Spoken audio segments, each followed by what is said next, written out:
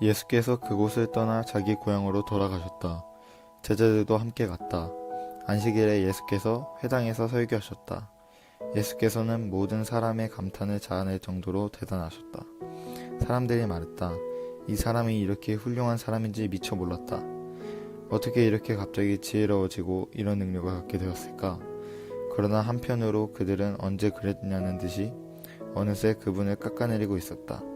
이 사람은 목수여, 마리아의 아들에 불과하다. 우리는 그를 어려서부터 알았다. 그의 동생 야고보와 요셉과 유다와 시몬 그리고 그의 누이들도 우리가 안다. 도대체 그는 자기가 누구라고 저러는 것인가? 그들은 예수에 대해 조금 아는 것을 걸려 넘어졌던 것이다. 그들은 거기서 더 이상 나아가지 못했다. 예수께서 그들에게 말씀하셨다.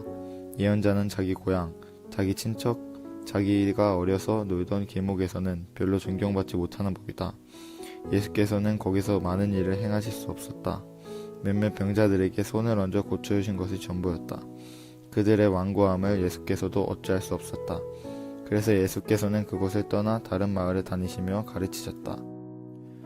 예수께서 12제자를 부르셔서 두씩 짝을 지어 내보내시며 그들에게 악한 세력을 물리치는 권세와 능력을 주셨다. 예수께서는 그들을 보내시며 이런 지침을 주셨다. 이 일에 별도의 준비가 필요하다고 생각하지 마라. 먼저 너희 자신을 준비하여라. 특별히 돈을 모금할 것도 없다. 간소하게 하여라. 고급 여관도 안 된다. 적당한 곳에 찾아가 떠날 때까지 그곳으로 만족하여라. 사람들이 너희를 맞아들이지 않고 너희 말을 듣지 않거든 조용히 나오거라. 소란 피울 곳 없다. 무시해버리고 너희의 길을 가면 된다. 곧 제자들은 길에 나섰다. 그들은 삶이 근본적으로 달라질 수 있음을 기쁜 마음으로 긴박하게 전했다. 가는 곳마다 귀신을 쫓아냈다. 병자들의 몸에 기름을 발라 건강을 되찾게 해주고 그들의 심령을 고쳐주었다.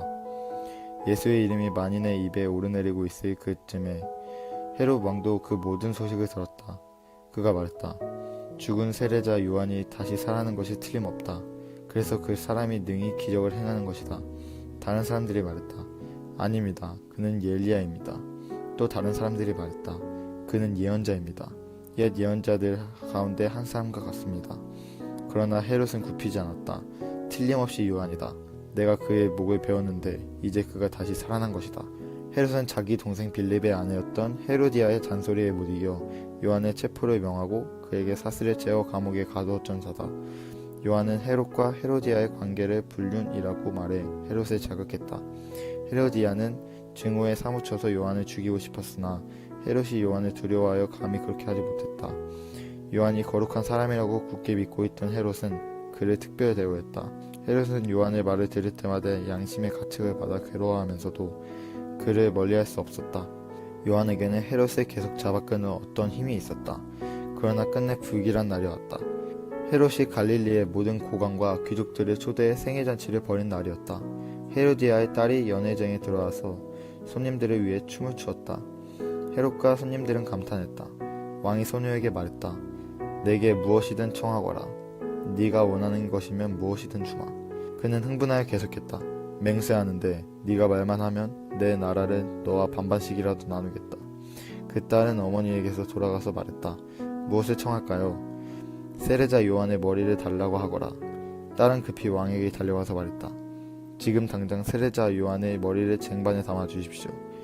왕은 한순간 정신이 번쩍 들었다. 그러나 그는 손님들에게 체면을 잃고 싶지 않아서 잠자코 소녀의 소원을 들어주었다. 왕은 사형 집행관을 감옥으로 보내 요한의 머리를 가져오라고 명했다. 그가 가서 요한의 목을 베어 쟁반에 담아와서 소녀에게 주었고 소녀는 그것을 다시 자기 어머니에게 주었다.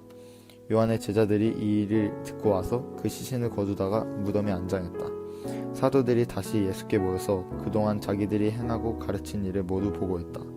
예수께서 말씀하셨다. 따로 어디 가서 잠깐 쉬도록 하자. 그만큼 오가는 사람들의 발길이 끊이지 않았고 그들은 음식 먹을 겨를조차 없었다.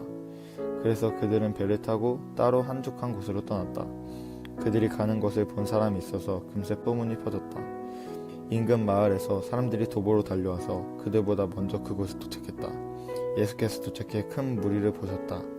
목자 없는 양 같은 그들을 보시니 그분 마음이 찢어지는 것 같았다. 예수께서는 곧바로 그들을 가르치기 시작하셨다. 어느새 저녁이 되었다. 시간이 많이 흘렀다고 생각한 제자들이 말씀 사이에 끼어들었다. 여기는 허허 벌판이고 시간도 많이 늦었습니다. 이제 기도하시고 사람들을 보내어 저녁이라도 먹게 해야겠습니다. 예수께서 말씀하셨다. 너희가 이들의 저녁을 마련하라. 그들이 대답했다. 진심입니까? 가서 이들의 저녁거리에 큰돈을 쓰라는 말씀이신지요? 그러나 그분의 말씀은 진심이었다.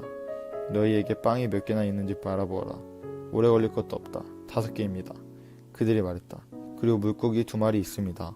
예수께서 그들 모두를 50명 100명씩 무리지어 앉게 하셨다. 그 모습이 마치 푸른 초장이 펼쳐진 들꽃으로 엮은 조각보 이불 같았다.